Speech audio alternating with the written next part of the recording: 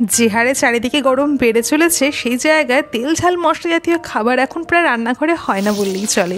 আর ওই জায়গাতেই একদম গ্রীষ্মকালীন সবজি দিয়ে বানানো একদম পাতলা মরিচের ঝোলের কোনো তুলনা হয় না, যা খেয়ে এবং খাইয়ে দুই তৃপ্তি। সবথেকে বড় কথা হলো একদম নামমাত্র তেল মশলা দিয়ে তৈরি হওয়া এবং খুব অল্প সময় তৈরি হয়ে যাওয়া এই মরিচ ঝোলে শরীরের পক্ষে খুব ভালো। তাহলে চলুন আজকে আমি আমার এসটি অফিসিয়াল বেঙ্গলি ব্লগে আপনাদের সাথে খুবই উপাদেয় একটি খাবার মরিচ ঝোলের রেসিপি শেয়ার করি। মরিচ ঝোল বানানোর জন্য আমি একদম সিজনাল সবজি যা সজনে ডাঁটা, বেগুন, পেঁপে, পটল, উচ্ছে, ঝিঙে, রাঙা আলু নিয়ে নিয়েছি। আপনারা চাইলে আপনাদের বাড়িতে যা যা সবজি অ্যাভেলেবেল রয়েছে সব কিছু দিয়েই এটা বানাতে পারেন।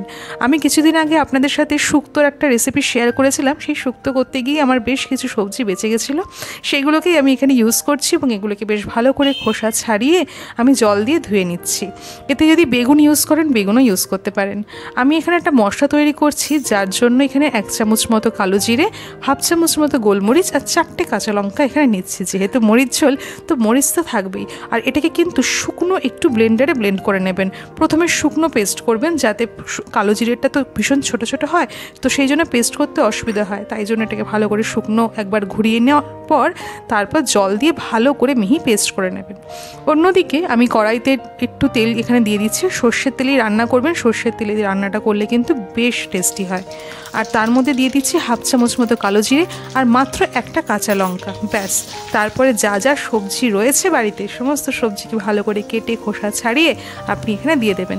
একটা জিনিস কিন্তু এখানে বলতেই হয় যে এই রান্নায় কিন্তু সজনে ডাঁটা দিলে এই রান্নার টেস্ট কিন্তু ভীষণ ভালো হয়। কারণ সজনে ডাঁটা নিজেই এতটা টেস্টি, দেখে মনে হয় এইটুকু, কিন্তু জিনিসটা এতটাই রান্নার টেস্টকে বাড়িয়ে দেয় যে কী বলবো। তো আমার তো ভীষণ ভালো লাগে এই সজনে ডাঁটা, যে কোনো তরকারিতে বলুন আমার ভীষণ টেস্টি লাগে। তো এবার সমস্ত সবজিগুলোকে দিয়ে বেশ ভালো করে একটু ভাজা ভাজা করে নিতে হবে একটু সময় ধরে। আপনি চাইলে একটু ঢেকে ঢেকে রান্না করবেন, দেখবেন রান্নাটা খুব তাড়াতাড়ি হয়ে যাবে। যেহেতু যা যা সবজি এখানে দেওয়া রয়েছে, পটল, ঝিঙে, বেগুন খুব তাড়াতাড়ি সেদ্ধ হয়ে যায়। আর আরও যাতে তাড়াতাড়ি সেদ্ধ হয়ে যায় তাই জন্য আমি একটু বেশ স্বাদ অনুসারে নুন এখানে দিয়ে দিয়েছি। এতে কিন্তু কোনো রকম আর কোনো মশলা দেওয়ার কোনো প্রয়োজন নেই, না হলুদ, না লঙ্কার গুঁড়ো, না জিরে গুঁড়ো, ধনে গুঁড়ো, কিচ্ছু প্রয়োজন নেই। এই রান্না এতটাই নিজেই এত টেস্টি, আর সবজির প্রত্যেকটা নিজের তার টেস্ট এই রান্নার স্বাদকে কিন্তু দ্বিগুণ করে দেয়।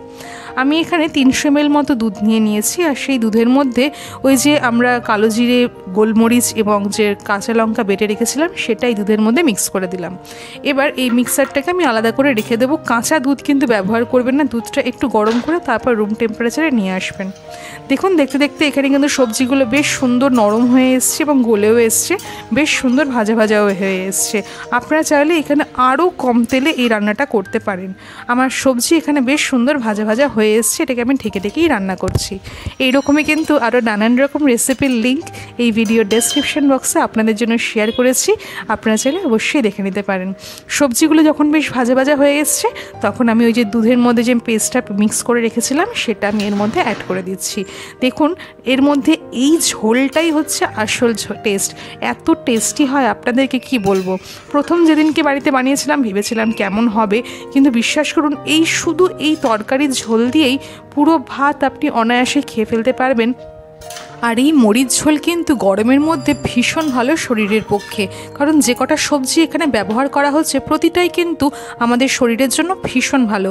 আর এই গরমে শরীরকে ঠান্ডা করতে ঝিঙে, পটল, সজনে ডাঁটা, পেঁপে ভীষণ উপকারী। তো দেখুন আমি এখানে তরকারির মধ্যে যখন ঝোলটা একটু শুকিয়ে এসছে প্রায় 1.5 চামচ মতো এখানে চিনি দিয়ে দিচ্ছি। রান্নাটা যেহেতু একটু মিষ্টি মিষ্টি হবে, আর একটু বিউলির ডালের বড়ি ভেজে রেখেছিলাম, সেই বিউলির ডালের বড়িটা এর মধ্যে দিয়ে দিলাম। যদি আপনারা চান মটর ডালের বড়া বানিয়েও কিন্তু এই ঝোলের মধ্যে দিয়ে দিতে পারেন, তাতেও কিন্তু বেশ ভালো লাগবে। কিন্তু গরমের মধ্যে যত কাজ কম করা যায় ততই ভালো, তাই না? তো আমার এখানে দেখুন ঝোল কিন্তু একদম রেডি হয়ে গেছে। মরিচ ঝোলটা বেশ ঝোল ঝোল জাতীয়ই রান্না, এটা কিন্তু বেশি শুকনো শুকনো করে দেবেন না। নামানোর আগে 1 চামচ মতো ঘি এর মধ্যে ছড়িয়ে দেবেন, ব্যাস একদম চেরি অন দ্য কেক। একদম দারুণ হয়ে টেস্টি হয় এই রান্নাটা। আপনারা কিন্তু অবশ্যই এই রান্নাটা বাড়িতে ট্রাই করুন, আর আমাকে কিন্তু লিখে জানাবেন যে কেমন খেলেন এই মরিচ ঝোল। আমি কিন্তু আপনাদের কমেন্টের ভীষণ অপেক্ষা করে থাকি। জানেন, প্রতিদিন ভিডিও আপলোড করার পর আমি অপেক্ষা করি যে কতক্ষণে কমেন্ট দেখতে পাবো। আর আপনাদের কেমন লাগলো আমাকে লিখে জানাবেন। যারা এখনও ভিডিও দেখছেন কিন্তু আমার চ্যানেলটাকে সাবস্ক্রাইব করেননি, তাদের কাছে রিকোয়েস্ট আমার চ্যানেলটাকে কিন্তু অবশ্যই সাবস্ক্রাইব করে নেবেন। আর ফেসবুক থেকে যে সমস্ত বন্ধুরা দেখছেন তাদের কাছে রিকোয়েস্ট আমার পেজটাকে অবশ্যই ফলো করে নেবেন। আর যদি ভালো লাগে তাহলে প্রচুর প্রচুর লাইক করুন। আর আপনার মতো যাতে অন্য বন্ধুরাও এই ভিডিওটা দেখতে পান তাহলে আরও শেয়ার করে দিন এই ভিডিওটাকে। আমার ভিডিও যাতে আপনাদের কাছ থেকে কোনো মিস না হয়ে যায় তার নিচে থাকা বেল আইকনটাকে প্রেস করতে কিন্তু একদম ভুলবেন না। আজকের মতো তাহলে আসি, দেখাবে আবার আগামীকাল আরেকটা ভিডিও নিয়ে। টাটা।